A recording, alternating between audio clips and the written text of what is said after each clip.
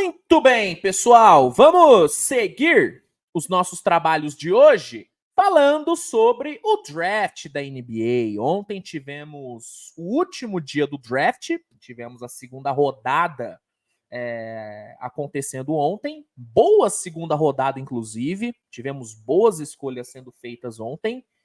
E aí, cara, com o fim aí do draft, chegou a hora de dar aquela avaliada no desempenho das equipes no draft, né? Quais equipes mandaram bem, quais equipes mandaram mal. E aí, nesse vídeo, eu quero falar sobre os times que foram bem. Eu separei aqui 5 times que, na minha visão, foram os que mais brilharam no draft. Óbvio que outros times, além desses que eu vou falar, fizeram boas escolhas e conseguiram sair com bons valores. Mas para mim, esses 5 que eu listei foram os que mais mandaram bem mesmo. E aí, obviamente, vai ter um outro vídeo falando sobre os times que mandaram mal.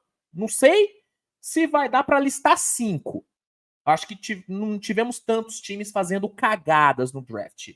Mas vai ter um vídeo falando sobre os times que mandaram mal. Só que aqui eu quero falar sobre os times que mandaram bem. Falar de coisa boa. Falar sobre quem fez um bom trabalho. E, obviamente, daqui 2 meses, esse vídeo pode envelhecer super mal, né? Porque draft não é certeza, não é ciência exata. Mas aí, me escorando no momento, eu vou falar sobre os times que, para mim, foram os que mais performaram bem nos 2 dias de draft. Óbvio que vou dar uma roubadinha, já coloquei aqui 2 menções honrosas, mas é isso, já enrolei demais. Antes de eu começar, só peço para que você deixe seu like, que é importante, se inscreva no canal e vamos lá. Não tá em ordem, tá? Não tá em ordem, eu só listei os 5 times e talvez aí no fim eu ranquei. Quero começar falando sobre o Utah Jazz, tá? Para mim, o draft do Utah foi impecável. Impecável o trabalho que o Utah Jazz fez no draft. O time começou pegando Cody Williams na 10, um dos melhores prospectos disponíveis, um cara que tem potencial para daqui 2, 3 anos ser um dos melhores 3&Ds da liga.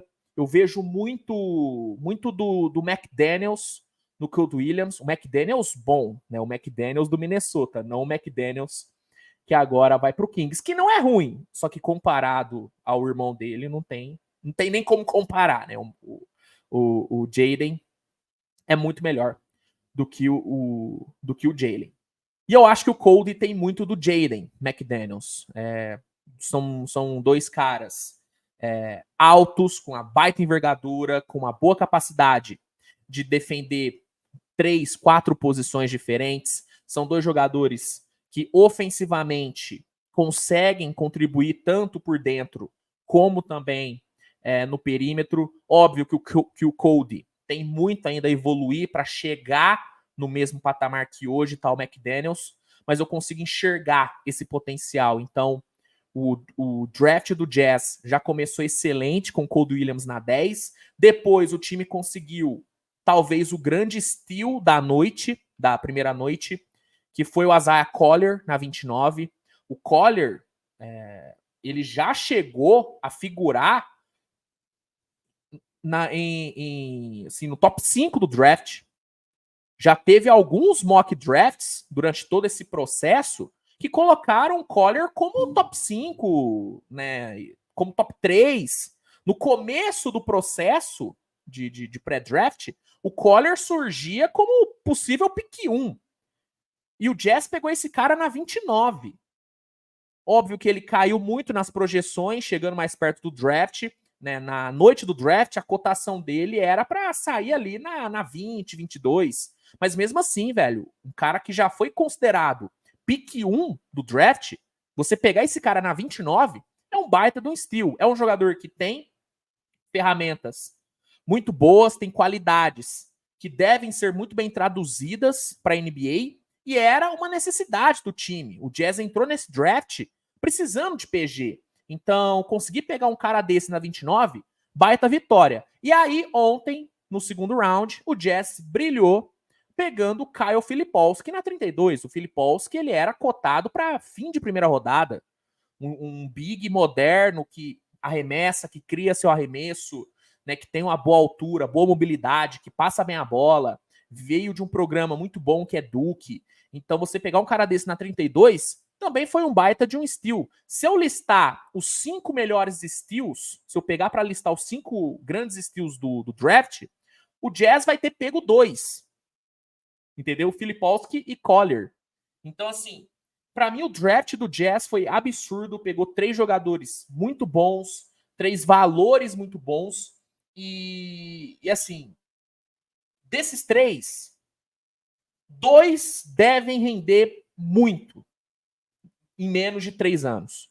Que eu acho que é o Cody e o Filipowski. O Collier é o que mais me deixa em dúvida, porque ele tem alguns probleminhas, alguns defeitos ali de leitura, de jogo, que me deixam com o pezinho atrás. Agora, o Filipowski me passa muita segurança e o Cody Williams também me passa muita segurança. Eu acho que em menos de 3 anos esses dois já vão estar rendendo bem, rendendo legal na NBA.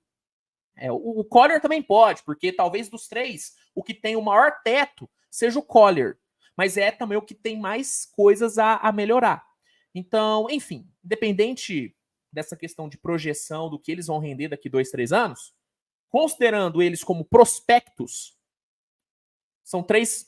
eram 3 dos melhores prospectos do draft e o Jazz pegou os 3. Então, assim, para mim, o draft do Jazz foi fantástico. Fantástico. Então, Utah Jazz foi um dos que brilhou. O Indiana Pacers conseguiu brilhar bastante por conta da escolha do Furphy no segundo round.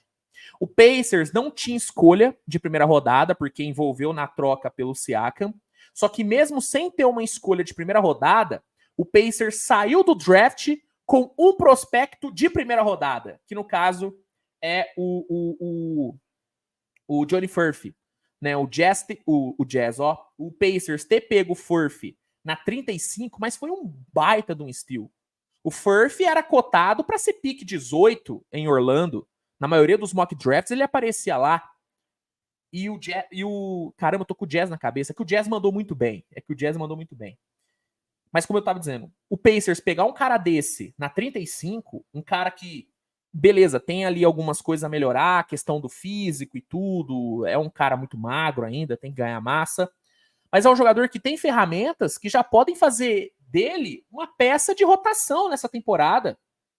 Sabe, já dá uma boa esticada nessa rotação de alas. É um cara alto, que arremessa bem no catch and shoot, que tem ali uma boa capacidade de finalizar ao redor do aro, que toma boas decisões, apesar de ser muito jovem. Então, assim, sair com um cara desse na segunda rodada, velho, pra mim o Pacers brilhou. E o fato de não ter tido nenhuma escolha de primeira rodada e mesmo assim ter saído com um valor desse, pra mim o draft do Pacers foi muito bom. E ainda pegou o Tristan Newton e o Henrique Freeman, que são 2 jogadores que não têm uma prospecção tão fantástica, mas são 2 caras que podem contribuir em pouco tempo. Porque até, né, tem o fato de serem caras um pouco mais velhos, então são caras que têm um piso já relativamente bom. Então, pra mim o draft do Pacers também foi bom pra caramba e entra com certeza na lista aí de melhores drafts feitos nesses últimos 2 dias. Los Angeles Lakers é outro time que brilhou. E aqui eu coloco o Lakers exclusivamente pelo Dalton Knecht na 17. Ah, Luiz, mas e o Bronny na 55? O Bronny na 55, assim, foi muito mais pela questão LeBron James do que pela questão Bronny. Entende? O Bronny não foi escolhido na 55 por conta dele, mas por conta da narrativa, do pai dele e tudo. Né? O Lakers não pegou o Bronny pelo que ele é. Não pegou pelo que ele é. Ah, Luiz, então você tá falando que o Bronny é horrível, que o Bronny não tem capacidade de se tornar um bom jogador na NBA. Não é isso. Não é isso. Eu vejo o Bronny podendo se tornar um bom jogador de rotação, podendo se tornar um bom reserva na NBA. Eu vejo esse potencial nele. É um guard atlético, bom na defesa, que consegue matar a bola e tudo. Eu vejo ele se tornando no futuro, bem no futuro, um bom armador reserva. Mas o Lakers não pegou o Bronny na 55 pensando nisso, pensando que ele vai se tornar um bom armador reserva. Pegou ele por conta do LeBron. Isso é um fato. Isso é um fato. Não é que eu tô desmerecendo o moleque. Eu tô trazendo fatos. Essa é a verdade, né? Então, o Lakers, para mim, não brilhou no draft por conta do Bronny, mas brilhou muito por conta do Dalton Knecht na 17. O Dalton Knecht, dessa classe, talvez era o dono de um dos maiores pisos dessa classe. Ou seja, um dos jogadores que, nesse primeiro ano, na teoria, mais teria condições de já impactar. Ele, o Tristan da Silva, Rizaché, são caras que eu via já podendo brilhar nesse primeiro ano. E o Lakers pegou um cara desse na 17, um cara que era cotado para ser top 8, top 7 do draft. Um dos melhores arremessadores da classe, que aí já supre uma necessidade do time. Lakers precisa melhorar o seu espaçamento, precisa melhorar a questão dos seus arremessos de 3. E o Dalton Knecht é um especialista. Então, por todos esses fatores que envolvem o Dalton Knecht na 17, questão do piso dele ser alto, dele suprir a necessidade do time, dele ser um cara que era listado para ser top 8, saindo na 17, tudo isso torna o Lakers, para mim, um dos melhores times nesse draft. Então, Lakers também está na lista. Minnesota, pelo Rob Dillingham, tem que entrar também, não tem como, né? O Minnesota conseguiu sair do draft com o reserva do Mike Conley, que tanto precisava. O Mike Conley estava implorando por um reserva, por um backup à altura.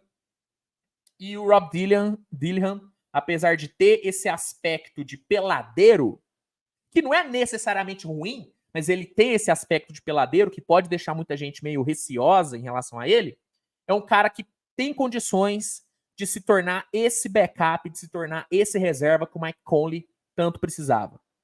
Eu falei no vídeo que eu publiquei sobre as necessidades dos times entrando no draft, que pegar um reserva para o Conley era a grande necessidade do Minnesota. E os caras conseguiram pegando um dos melhores prospectos do draft. Rob Dillingham era tranquilamente um dos 7 melhores prospectos dessa classe. Para muitos, até um dos 3, um dos 4 melhores. E o Minnesota pegou, cara. Tendo que trocar somente picks de 2030, né? 2030 a 2031. Então, para mim, foi uma baita de uma movimentação. Sair com o Dillingham foi excelente. E para mim, Minnesota sai muito bem desse draft. Mas muito bem. Muito bem. E aí, para fechar, o Washington Wizards. Eu até brinquei durante a live, né, do primeiro round que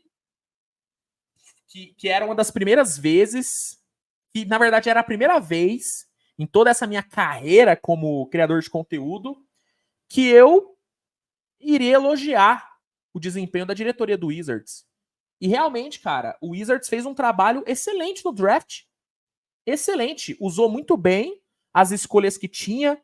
Começou pegando o Alex Sarr na 2, um jogador que era cotado para ser pick 1. Um jogador que sim, tem algumas questões, que sim, tem alguns defeitos, alguns pontos fracos. Só que é um jogador que tem um teto altíssimo, talvez o maior teto da classe seja do Alex Sarr. É um cara que, se der certo, no melhor dos cenários, cara, ele vai ser um jogadorzaço, um cotado para All Defense, né? Talvez um All-Star. Então, assim, pegou esse cara na 2 e assim, detalhe, o Alex Sarr, além de ter esse teto, é um cara que supre também a necessidade do time. O Wizards precisava de garrafão, precisava reforçar o seu garrafão. O Alex Sarr, na teoria, pelo menos, reforça. Grande pra caramba, muito móvel, atlético, tem capacidade de criar seu arremesso, apesar de não ter tanta eficiência. Mas é um cara que tem características físicas e técnicas que pode suprir essa necessidade do garrafão. Então, pegou esse cara na 2, aí na 14, deu um reachzinho, mas pegou um cara que também supre uma necessidade, que é o Carrington. Carrington era um dos melhores armadores da classe. Jovem, uma baita de uma altura para posição, um dos melhores shot creators da classe, um cara que consegue matar muita bola difícil e que cria muito bem por meio de pick and roll. Você pegar um cara desse, já tendo pego o SAR, foi muito bom, porque os dois, o estilo de jogo dos dois casa muito bem. Casa muito bem. Então, o Carrington na 14 também foi uma baita escolha. E o time fechou pegando o Keyshawn George na 24. Um jogador que era cotado para ser top 15 do draft. Pegou na 24. Sou o maior fã do Keyshawn George? Não. Mas eu entendo que ele pode ser visto como um steal. Então, para mim, o draft do Wizards foi muito bom. Muito bom. Achei excelente o que o Wizards fez no draft. Então, eu fecho essa lista com Washington Wizards. E aí, ranqueando aqui os 5, eu acho que o Jazz foi o melhor time no draft, tá? Em segundo, eu colocaria o Washington Wizards, por ter pego bons valores e que resolvem problemas latentes do time. Colocaria o Lakers pelo Dalton Knecht na 17, em terceiro. Minnesota em quarto, pelo Rob Dillingham. E o Indiana em quinto. Para mim, esse é o top 5 de times, de desempenhos, né, dos times no draft. Para mim, esses foram os 5 times que mais brilharam no draft. E aí, 2 menções que eu gostaria de fazer são San Antonio Spurs. O Spurs sair do draft com o Castle e com o Juan Nunes na segunda rodada, eu acho que foi um bom desempenho. A escolha do Juan Nunes, ela deu uma compensada na troca que eu não gostei, que o time fez ali na 8, sabe? Só que, por ter feito essa troca, eu ainda não coloco o Spurs no top 5. Mas para mim, entraria num top 7 no draft, entende? Porque eu ainda acho que foi um... Não sei se no longo prazo vai ser visto como um erro, mas eu acho que foi um desperdício de oportunidade não ter pego o Rob Dillingham na 8. Então, por conta disso, eu deixo o Spurs de fora do top 5, mas ele entra como menção. E o New York Knicks entra como menção por conta do Tyler Kolek na segunda rodada. Eu achei uma baita de uma escolha. Uma baita de uma escolha. Óbvio que eu poderia colocar também o Chicago Bulls aqui como menção, por conta do Buzelis na 11. Mas eu acho que esses 5 e esses outros 2, Spurs e Knicks, foram os melhores. Foram os melhores times no draft. O Hawks saiu bem com o Rizaché, mas não passa disso. Não passa disso. Sim, não é como se o Rizaché fosse um Victor Wembanyama. Porque, por exemplo, o Spurs foi o grande time do último draft por conta do Wembanyama, porque era um cara que chegava já para mudar a franquia. O Rizaché não é esse cara. É um bom jogador. Para mim, era o melhor jogador da classe. Mas ele não é um cara que chega no time para revolucionar. Tanto que eu não acho nem um pouco absurdo pensar no Rizaché vindo do banco nessa temporada. Não acho absurdo. Entendeu? Então, o Hawks... Eu não colocaria o Hawks nesse top 5. Nem cogitei, na verdade. Então, eu fecho com esses 5. Jazz, Wizards, Lakers, Minnesota e Indiana, nessa ordem. E aí, Spurs e Knicks como menções honrosas. Concorda? Discorda? O comentário tá aí para isso. Se gostou do vídeo, deixa o like, se inscreve no canal. E é isso. Tamo junto, grande abraço. E hoje ainda tem muito mais conteúdo sobre o draft, porque tem muita coisa para falar. Ainda tem muita coisa para falar sobre esse draft, que, a princípio, não se mostrava tão interessante assim, mas acabou se tornando um draft bem interessante. Tá bom? É isso. Tamo junto, grande abraço e tchau, tchau.